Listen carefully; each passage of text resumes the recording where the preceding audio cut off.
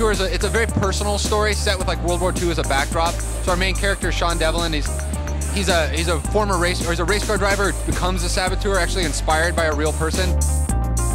He doesn't care about the war. He's not a soldier. All he literally cares about is his cars and his friends. And then when somebody close to him is killed, it really becomes about vengeance. And then from there, though, he starts meeting resistance people along the way as he gets into France and meeting people and becoming a hero.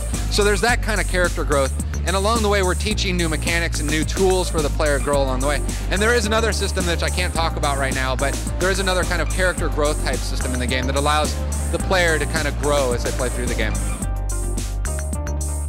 So the idea is to have a game that has the kind of the sneaking elements, kind of the fantasy of being a Saboteur, and then, but also bringing it in kind of Pandemic's brand of like big action. The player can go in and break a neck, steal a disguise, and sneak through a level, and then basically they'll plant their bomb, the bomb will go off, alarms will go off, Nazis will start charging in, guns go blazing, carve your way out of there. So it's really, it's a game where you can play kind of both ways. You can play it if you like to play sneaky, play it sneaky, but eventually the action will heat up and it'll become really big and kind of explosive. You're blowing up Zeppelins, you're inside of burning Zeppelins, you're blowing up, you're inside of burning buildings. So really heightened, exaggerated, you know, things you would see in like a blockbuster action movie is really like our target for our goals. When you think about Paris, you think about this vibrant, colorful, beautiful city, and just putting Nazis down inside of there, you wouldn't really feel the occupation. And so we really thought about the idea of flipping that kind of colorful, vibrant world on its head and sucking the life out of it. And that's where the black and white was really originally born. So the idea for us is black and white is occupation. And then as the player does these missions in the game, these grand acts of defiance against the Nazis, he'll bring the color back to the world, which is inspiring the people. It's not liberating. You're never like a lone wolf completely cleaning France from the Reich. It's that you're inspiring the people, and then so with inspiration will come resistance, and so that's kind of the gameplay element that you'll get in the game. So the resistance will start fighting back alongside of Sean in these areas. We fictionally like divided Paris into 3 different districts, and so there's checkpoints along the way. That fantasy of, you know, like where are your papers? That's in the game, and as you play through the game, you'll get papers to access these areas. And it's not that there's like an invisible wall blocking you and you can't get through them. You could blast through there. You're just going to piss the Nazis off. We used to say bombs, babes, and Bugattis, and so there's the cars, and there's a little bit of a female element in the world. Sean's kind of got a ladies' man kind of characteristic about him. So there's guns, there's different grenades, there's sabotage, there's lots of different cars and tanks. If it looks like you can climb it, you can climb it. And then definitely it was like, if you want to climb it, you can climb it. So there's definitely a way to get to the top of the Eiffel Tower and leap off of it if you feel like it. One of the missions we've been demoing here is, you know, you have to just blow up this big gun at the end of this mission.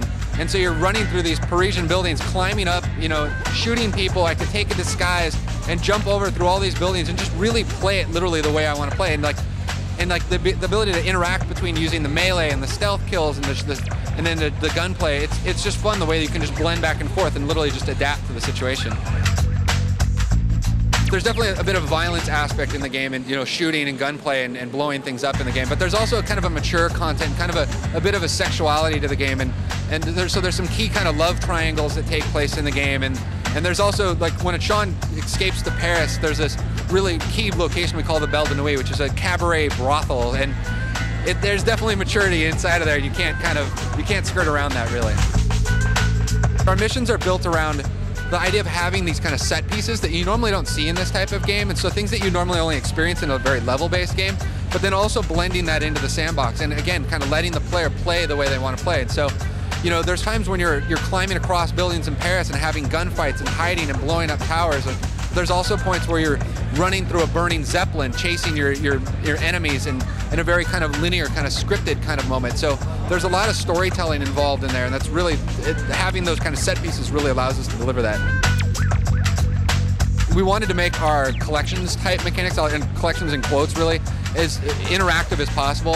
And so we have some light things where you're kind of just discovering hidden things in the world. But one of the things is you have this layer of occupation in the world. And so there's things like towers with snipers and machine guns, or anti-aircraft guns, or propaganda speakers, and all these things like hidden around the world. And every block literally has something to do. And what's great about them is it uses the mechanics. So you climb up a building and you plant an explosive on these things and you take them out. And it is like a collections mechanic, but there's a really cool interplay between those with our missions as well. Like if you're in a mission and there's a sniper nest, you can go take it out before the mission and that sniper won't be shooting you in the back in the mission. So there's this neat kind of interplay between everything inside of the game. We're actually not doing multiplayer for this. We really wanted to sell Sean's story, and we talked about it a lot really early in the pre-production phase, and we had some really cool ideas, but all it really did is it kind of became a distraction from telling the story and really wanting to make it this really intimate feeling experience. And so this is really about Sean's story, and so there's no plans for multiplayer right now. I don't think I can talk about the achievements, but there's some really fun ones that I can't wait to talk about, because we really wanted to have fun with the achievements, and one to just play up the systems of the game, and then also just the fun fantasy kind of things that we're like, oh, I want to do that and I want to get rewarded for it. The Saboteur will be coming out on the PC, Xbox 360, and PS3, and we don't have a date for you at the moment, but we'll be getting back to you with that real soon.